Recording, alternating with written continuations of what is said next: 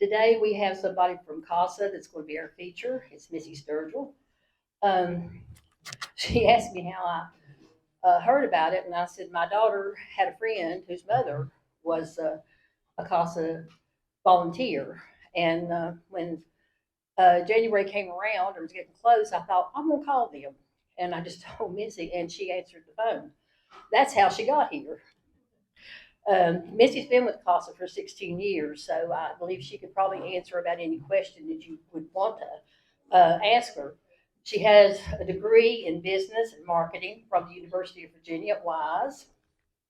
She's married and has a 13-year-old son. And what they love to do in the summertime is take their boat to Cherokee Lake and swim and have fun in the sun. This is the person that's talking to you, and if you've seen her talking, you know she's a happy lady. So, Missy, come and talk to us.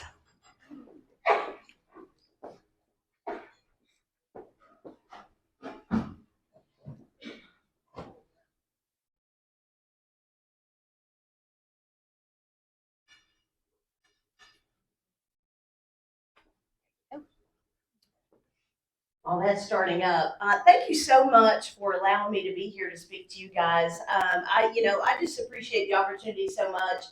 And I didn't even know that you guys existed, but I'm very interested now. I am, I'm a Baptist, so don't hold that against me or do, whichever one. Um, I've been with CASA for 16 years. How many of you guys have ever heard of CASA for Kids? Okay, so my job's easy today then. CASA stands for Court Appointed Special Advocates. And I'm with CASA for Kids. We are located, our headquarters is in Kingsport. We also have an office in Bristol, and we have an office in Hawkins County. We serve Sullivan and Hawkins counties. We serve Kingsport Court, Juvenile Court, Bristol City and Bristol County Juvenile Court, and Hawkins County Juvenile Court. So we're in those two counties and those four courts. I'm going to show a video to get us started so you have an idea of exactly what we are.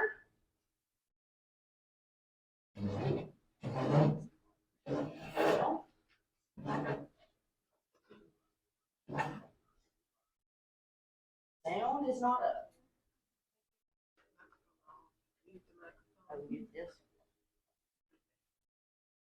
Okay. Let me try it again.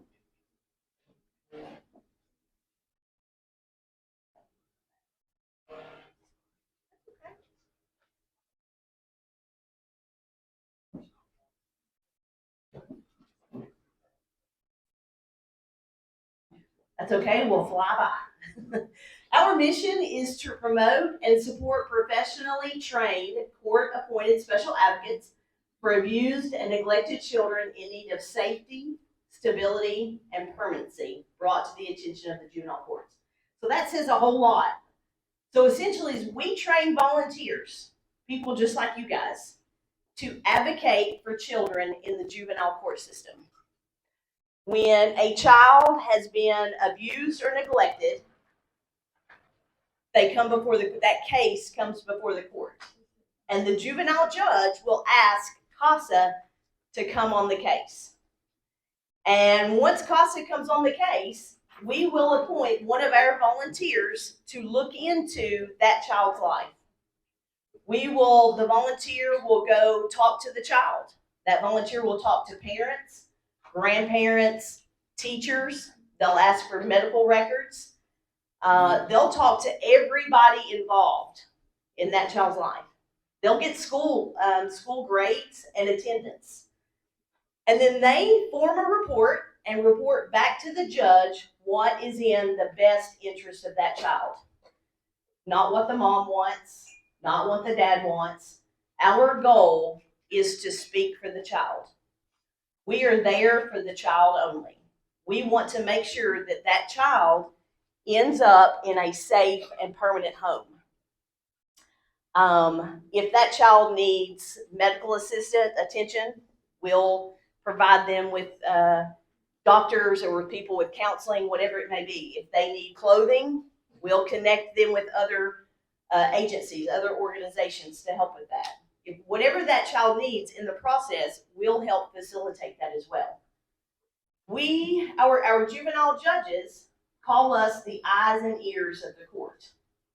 They depend on us greatly. The average court case in court is about 20 minutes. And when you think about that, that's not a lot of time for a judge to decide what's best for a child. 20 minutes is nothing when you're thinking of where that child should live, who that child should end up with. So they depend heavily on that CASA report and that CASA volunteer doing the legwork. Now, we work side by side with people like Department of Children's Services, with attorneys, guardian ad litems. In fact, a lot of times they ask us to come on the case with them because they like our help in doing the research. You know, all of these people want to make sure that this child has the best, or ends up in that safe home, or ends up with the things that they need with the right person. So a lot of times we are asked to help them on their cases.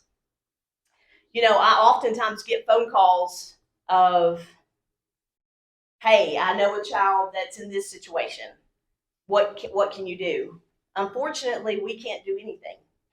We have to be appointed by the court. It has to come before the judge, and we have to be appointed by the court. Our volunteers, in order to become a volunteer, it takes about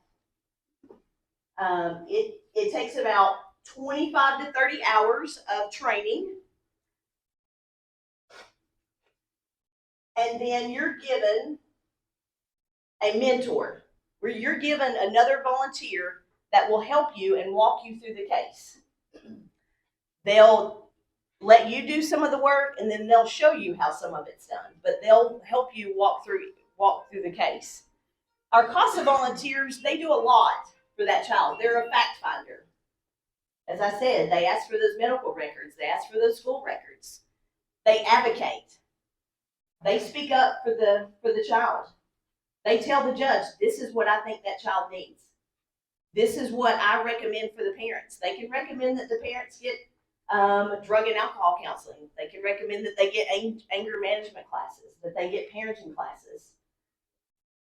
They'll help facilitate. They'll help connect the dots of what these families need.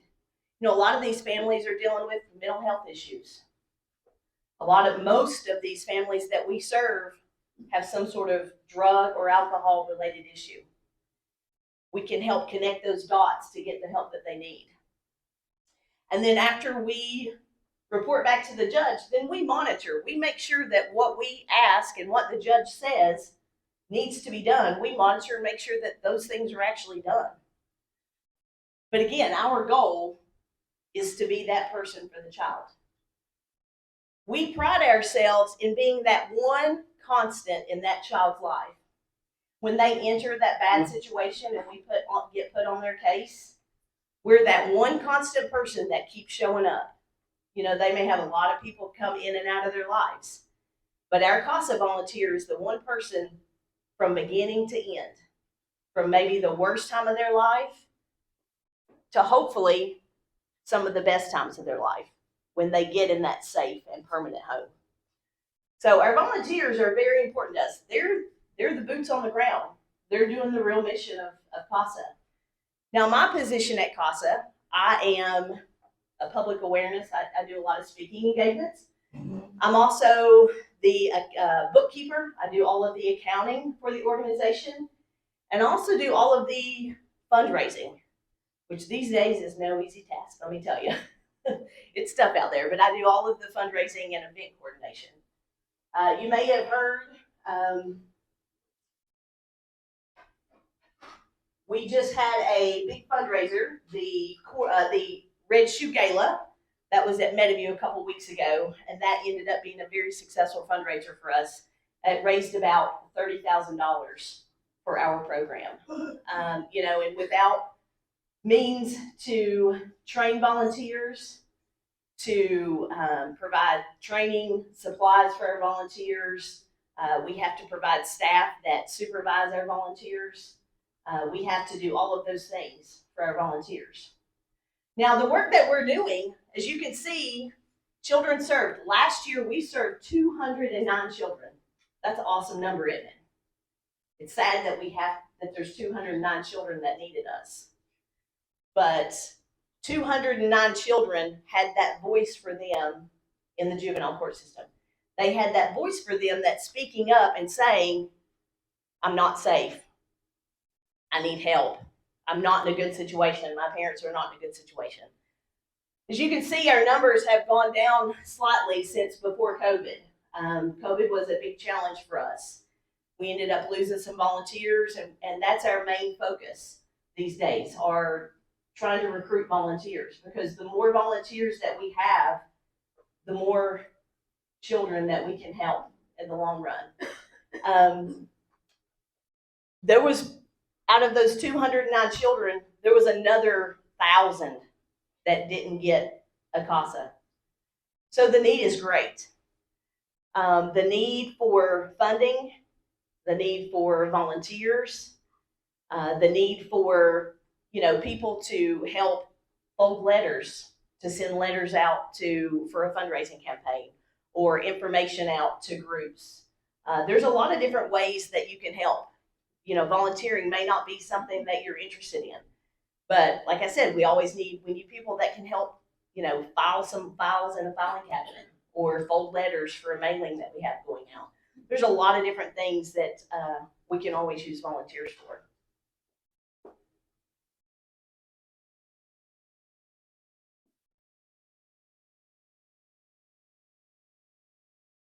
I'm going to tell a little bit of a story.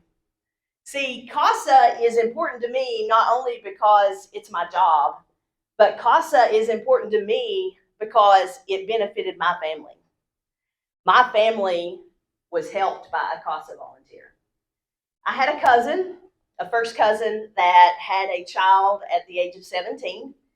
She was a single mom, and she was doing a great job with her son, Devin. And she had a job. She was doing really well. Devin was always a big part of my family's life.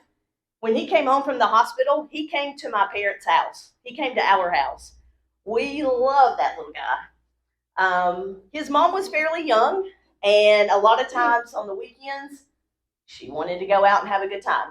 So on Friday afternoons, she would drop him off with my parents, with us, and she'd pick him back up on Monday. So he was a big part of our lives. And as he got older, 5, 6 years old, he didn't want to go back to his mom. It was getting harder and harder for him to go back to his mom. We didn't really understand why. We started seeing some different things that we didn't like. So one Sunday evening, she came to pick him up, and he wouldn't go. He refused.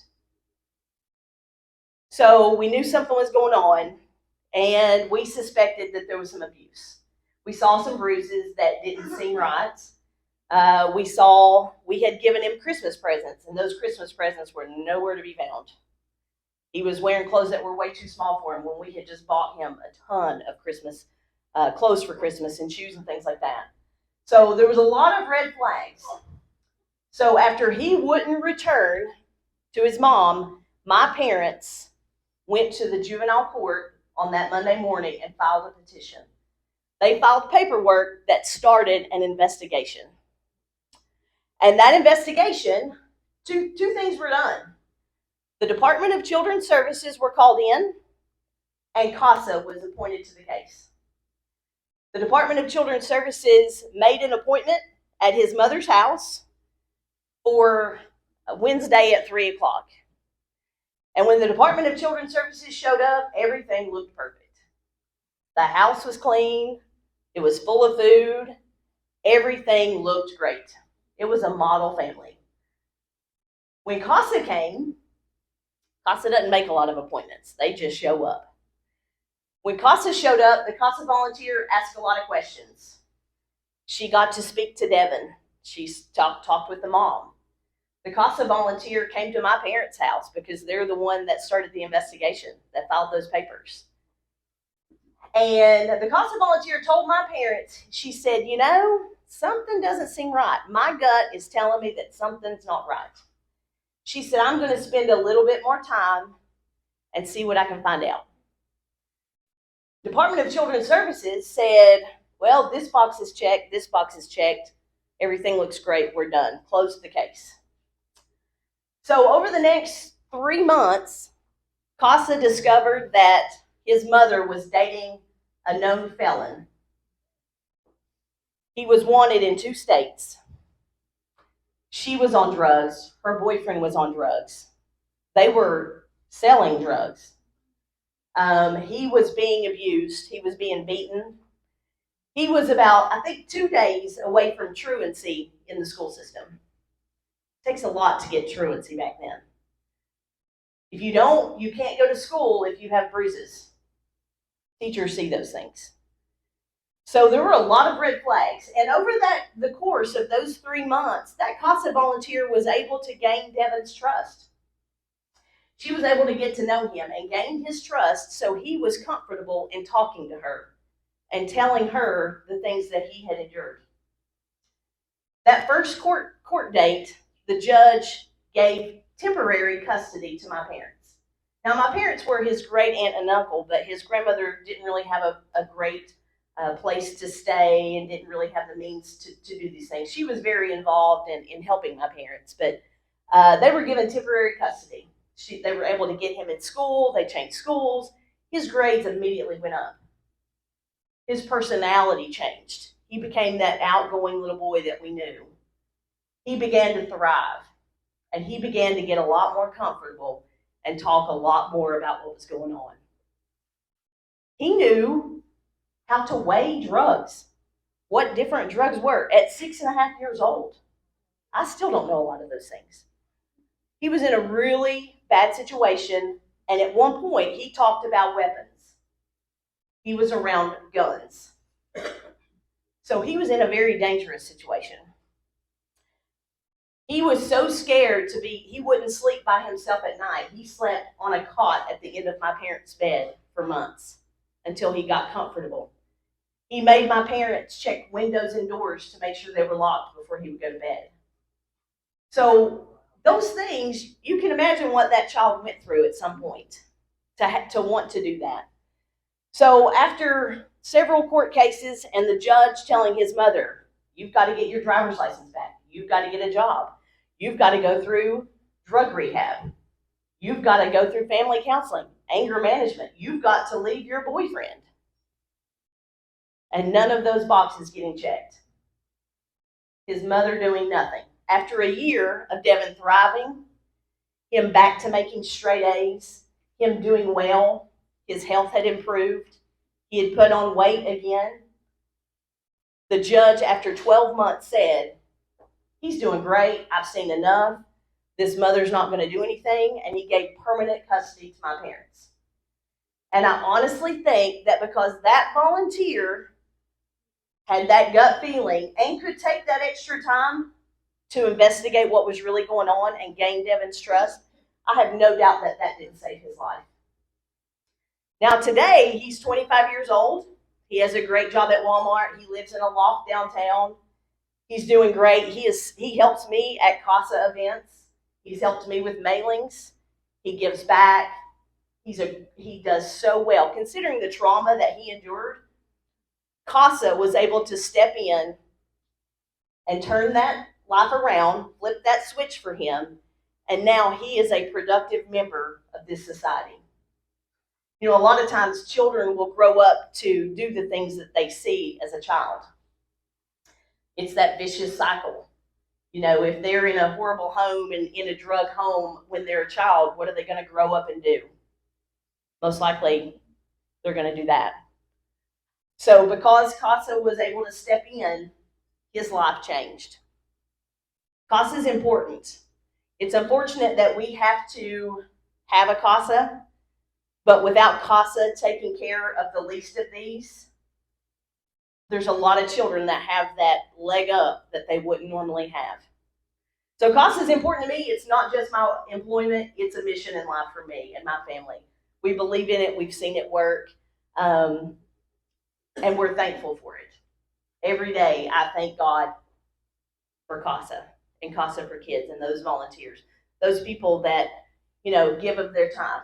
Once that training is done, once that 25 to 30 hours of training is done, it's only about 10 hours a month, which is pretty minimal to be that voice of a child. Sometimes it may not even be that if you're in that monitoring stage.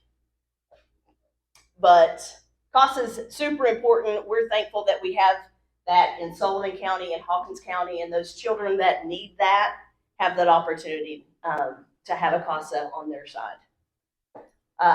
There's some information that we've left on the tables. There's a brochure, and there's an annual report that tells a little bit about CASA. It tells about our funding, about the children that we serve in Kingsport and Bristol and Hawkins County. Does anybody have any questions?